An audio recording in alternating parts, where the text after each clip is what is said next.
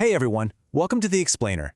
Today, we're cutting straight through the hype to look at something truly fascinating. And honestly, it's a massive breath of fresh air. We are going to demystify how everyday folks are actually profiting from this rapid AI boom. And spoiler alert, it doesn't involve day trading volatile tech stocks, and no, you absolutely do not need a computer science degree. Instead, we're going to walk through a highly structured, remarkably realistic blueprint for financial resilience based on a really cool concept called practical arbitrage. So, let's jump right into the actual mechanics of building a resilient, tech-enabled income stream. But first, let me just ask you a quick question. Do you kind of feel like you're falling behind the AI boom? Because if you do, you are definitely not alone. I mean, every single day, we're bombarded with this constant, deafening noise about artificial intelligence, right? We hear about crazy volatile markets, these overnight tech millionaires, and algorithms that can seemingly do, well, literally anything. It's incredibly easy to feel totally overwhelmed. Like there's this massive wealth wave crashing all around you, and you're just standing on the beach without a surfboard. Well, that exact feeling brings us to a woman named Maya. Back in late 2024, Maya was a mid-level ops coordinator at a logistics firm. She had a steady salary, sure, but she felt exactly like she was running on an accelerating treadmill. She was caught in this brutal dynamic. On one side, you've got the standard rising cost of living just squeezing her paycheck. And on the other side, the hyper-acceleration of AI technology making her wonder if her steady job would even exist in 5 years. She looked at her modest savings account and realized, just keeping her head down and working harder wasn't going to cut it anymore. She needed a strategic plan to get off that treadmill. Okay, so here's where Maya's brilliant realization happens. She was reading an economics journal and stumbled onto a total game-changer of a concept, practical arbitrage.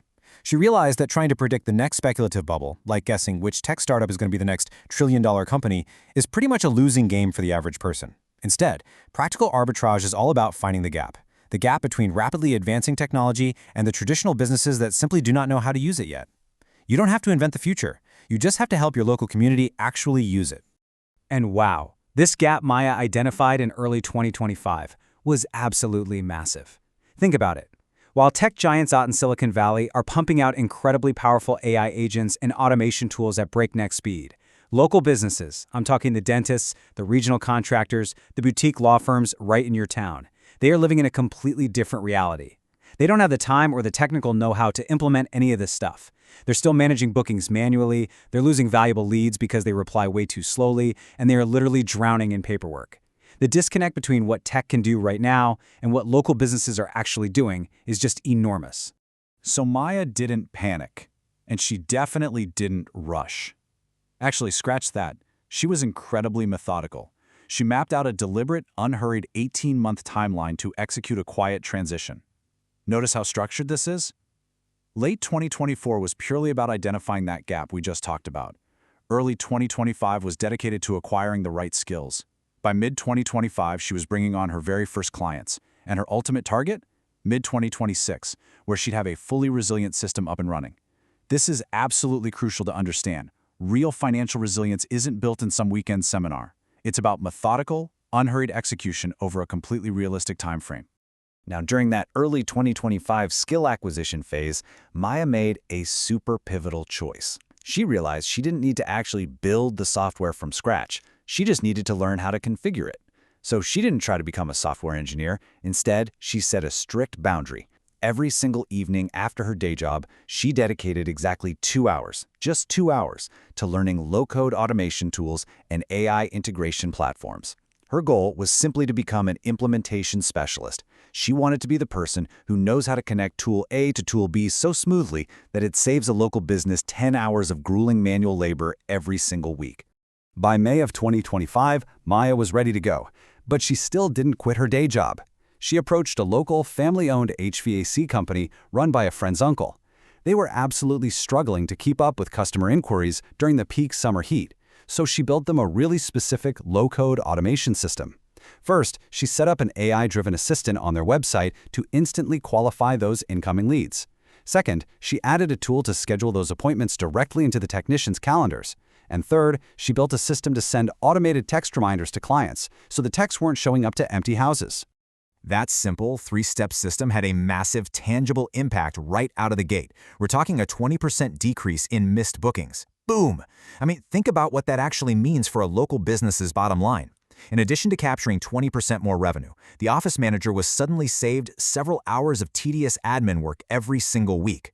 Maya didn't just sell them a piece of software, she sold them their time back and directly boosted their operational efficiency. And for providing this massive value, Maya charged what was a very modest, totally reasonable monthly retainer of $500 to maintain the system. Just $500 a month. It wasn't some crazy exorbitant fee that would scare a small business owner away, but for Maya, it was pure, predictable recurring revenue. By establishing this clear case study and proving she could actually deliver real results, she built enough trust in her local community to quietly acquire 3 more local clients by the end of 2025. She was building a very real, very solid business. But here is where Maya's story really separates from your typical side hustle narrative. She realized that earning extra income was only half the strategy. To build actual wealth by 2026, she had to be ruthlessly disciplined with her cash flow. Because, it's incredibly tempting when you start making side income to immediately upgrade your lifestyle, right? Buy a nicer car, take expensive vacations. Well, Maya resisted that temptation completely. She knew for a fact that earning money is an entirely different game from keeping and compounding money. So every single dollar she earned from her consultancy went straight into a dedicated account. She followed a really conservative financial plan based on 3 distinct asset pillars. She kept the whole shebang incredibly simple. She used high-yield cash reserves, broad market index funds, and reinvestment right back into her own business. This wasn't about finding some hot crypto coin to gamble on. It was about building an absolute fortress around her new income. She structured this meticulously, matching each financial pillar perfectly with its purpose. The high-yield cash reserves, those were purely for stability, giving her total peace of mind during any economic hiccups. The broad market index funds were there to ensure long-term passive exposure to general economic growth. And that reinvestment pillar, that was all about scalability. She allocated a small chunk of her earnings to buy better software licenses and eventually outsource some of her basic admin tasks. By keeping her personal expenses low and strictly automating this exact plan, her money was actively working for her, just compounding quietly in the background. All right, let's fast forward to her target date, mid-2026. The reality of the landscape had shifted exactly the way Maya expected. AI tools were absolutely everywhere, heavily integrated into daily life. But here's the catch. Because the tools were everywhere, the exponential demand for human intermediaries had absolutely skyrocketed. Businesses didn't just need the technology anymore, they desperately needed someone exactly like Maya, a human being who understood their traditional business model and could customize these complex, shiny new tools to fit their unique, real-world use cases. Because of this surging demand, Maya's side venture, which she officially named Workflow Partners, had steadily grown to 12 monthly retainer clients. Remember, she started with just one HVAC company for $500 a month. Now, with 12 steady clients on the roster, she was generating a highly predictable, incredibly stable stream of recurring revenue every single month. And here is the absolute kicker. This is probably the smartest thing Maya did. Because she was an implementation specialist, she applied her own automation skills right back into her own internal workflows. As a result, managing those 12 clients only required 15 hours a week of her time. She literally drank her own champagne. She built a business that didn't just generate cash, it generated time. By mid-2026, her consultancy income had actually totally surpassed her primary logistics salary. Now, at this point, a lot of people would make a super dramatic exit, flip their desk, and blindly quit their day job. But not Maya. She made a really deliberate, risk-averse choice. She transitioned to a part-time advisory role at her day job. This perfectly balanced her growth with stability. It gave her the time to focus more on her expanding business, while still retaining a stable baseline income and, crucially, retaining her corporate healthcare benefits. It was honestly a masterclass in risk mitigation. So the absolutely crucial takeaway from Maya's journey is this. She did not become an overnight billionaire, and she definitely didn't discover some secret financial shortcut. This is the anti-hype reality of true financial resilience. Her wealth wasn't built on luck or a speculative bubble or being the first person to download a trendy app.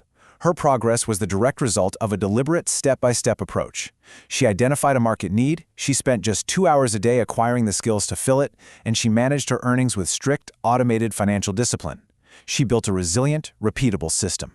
Which leaves us with this final thought. The gap Maya found between advanced technology and traditional business, it's not shrinking.